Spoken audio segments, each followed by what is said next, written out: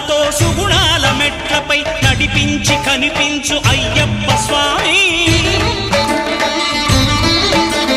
మకర సంక్రాంతి సజ్జోతివై అరుదెంచి మహిమలను చూపించు మణికంఠ స్వామి